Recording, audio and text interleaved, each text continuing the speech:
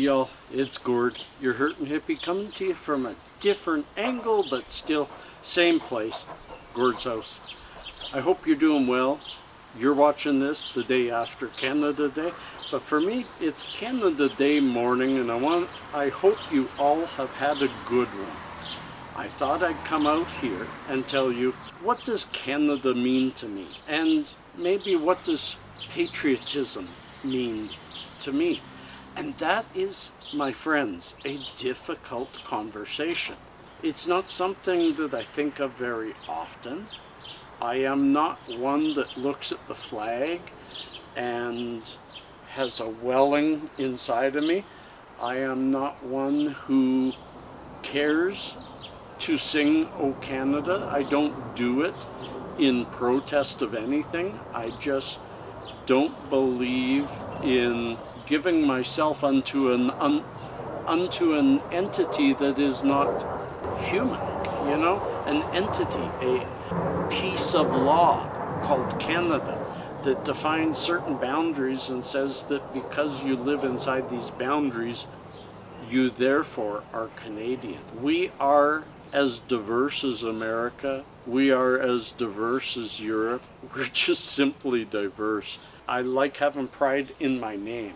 Birch, a good family, done a lot of good things in life, gone through difficulty, learned a lot, people who value wisdom. Us Birches know a lot of other people like Birches.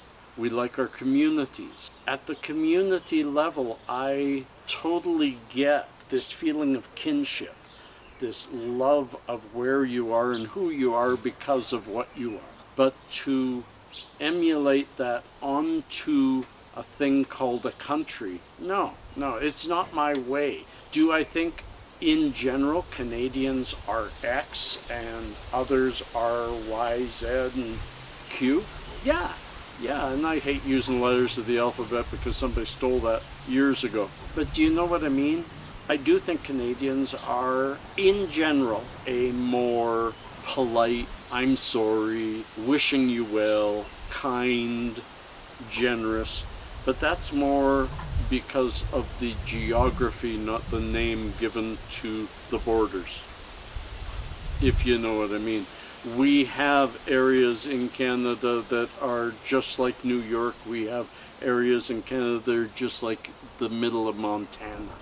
The idea of country, I understood it as growing as imperialism changed to countries and people started taking their own areas for their own selves. I get that. And it was a common people for a common goal.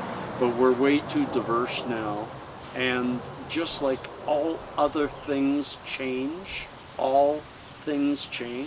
we have not changed education, we have not changed government in well over 100, 200 years. And maybe it's time to think about smaller community rather than the larger whole.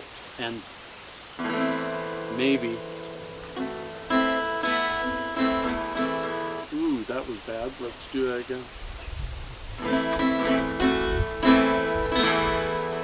Maybe we can all get along better if we didn't have to pay homage to some kind of pseudo-king called a prime minister or a president. That's enough of politics for now. I still love Canada because I'm a part of it. It's like when you're in a family, when you're in a group, a team, even better, an even better comparison is when you're in a team, you don't always get along with every single member of that team. You may not even agree that the team needs to be there, but while you're there, you damn well do everything you can to make that worthwhile and successful. And that includes getting along with your neighbor, your partner, and doing the best job you can.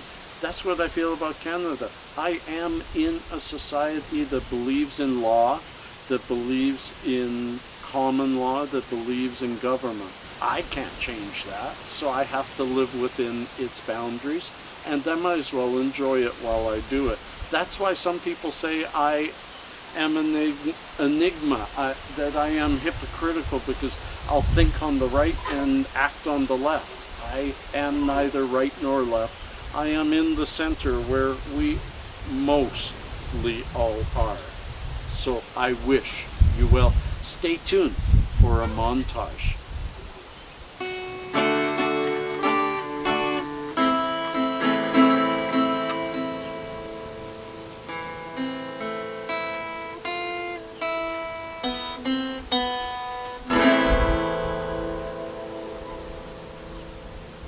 Hey y'all, let's turn up that music.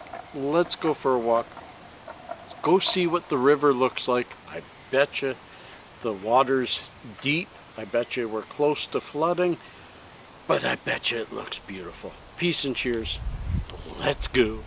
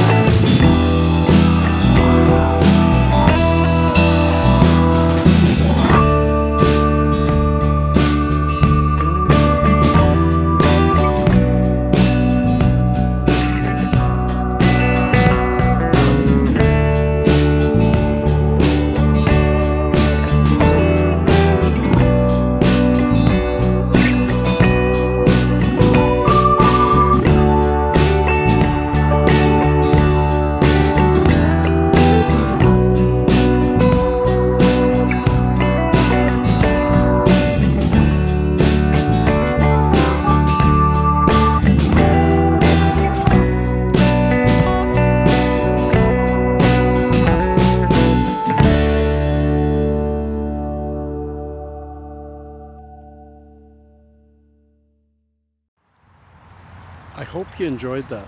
What a beautiful, beautiful day down by the river. It is absolutely gorgeous. I usually don't come out to this area, but I saw these birds just cleaning up on mosquitoes or whatever they're doing, and I got some of the best photography that I've ever gotten. Absolutely a lot of fun, and I hope you enjoyed it. This ending, well, this shout out and back to Gordy in the morning on Tuesday is filmed using my phone. Everything else has been filmed using my DSLR. Some of you asked what a DSLR is. That's a DSLR. It's an older, not old one, mirrorless.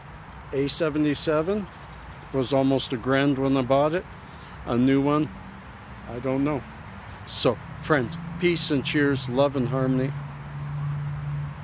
Send it back to Gordy in the morning. Gord in the morning. I'm Gord Birch, not Gord in the morning. Hey y'all, I'm going to make this one quick because this has been a long video. If you've stuck around till now, yay, thank you. Thank you so much. It means a lot to me. It's a tough morning. It's my first morning of 21 without Pasha.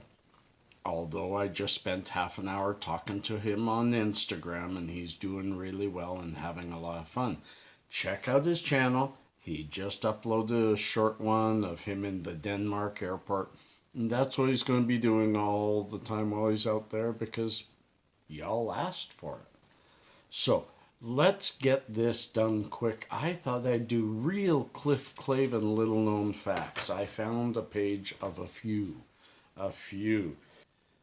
Cliff Clavin, Cheers fame. If you haven't watched Cheers, you gotta watch Cheers. It's probably the best show I've ever seen. I could watch it 100 times. He was the mailman in it that was on Jeopardy once and supposedly knew little bits about everything. It's a little known fact that cows were domesticated in Mesopotamia and were also used in China as guard animals for the Forbidden City. And I'll give you one other. It's a little known fact that the smartest animal is a pig. Scientists say if pigs had thumbs and a language, they could be trained to do simple manual labor.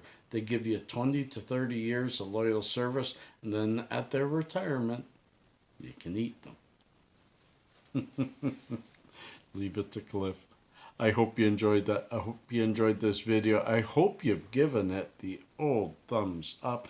And if you haven't subbed, please sub. Peace and cheers.